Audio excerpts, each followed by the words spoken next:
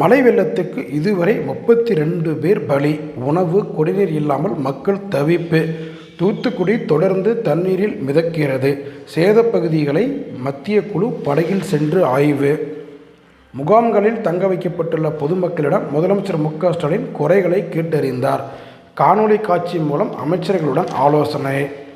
ஆங்கிலேயர் கால சட்டத்திற்கு மாற்றாக கொண்டுவரப்பட்ட 3 குற்றவியல் மசோதாக்கள் மக்களவையில் நிறைவேறின.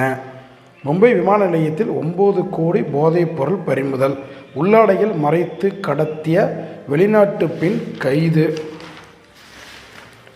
மகர ராசியில் இருந்து கும்பராசிக்கு பெயர்ந்தார். திருநள்ளாறு சனீஸ்வரன் கோவிலில் சனிப்பெயர்ச்சி விழா. நீண்ட வரிசையில் பல்லாயிரக்கணக்கான பக்தர்கள் சாமி தரிசனம். தென் மாவட்டங்களில் கனமழையால் பாதிக்கப்பட்ட பகுதிகளில் 10 ஹெலிகாப்டர்கள் மூலம் 27 டன் உணவு பொட்டலங்கள் விநியோகம்.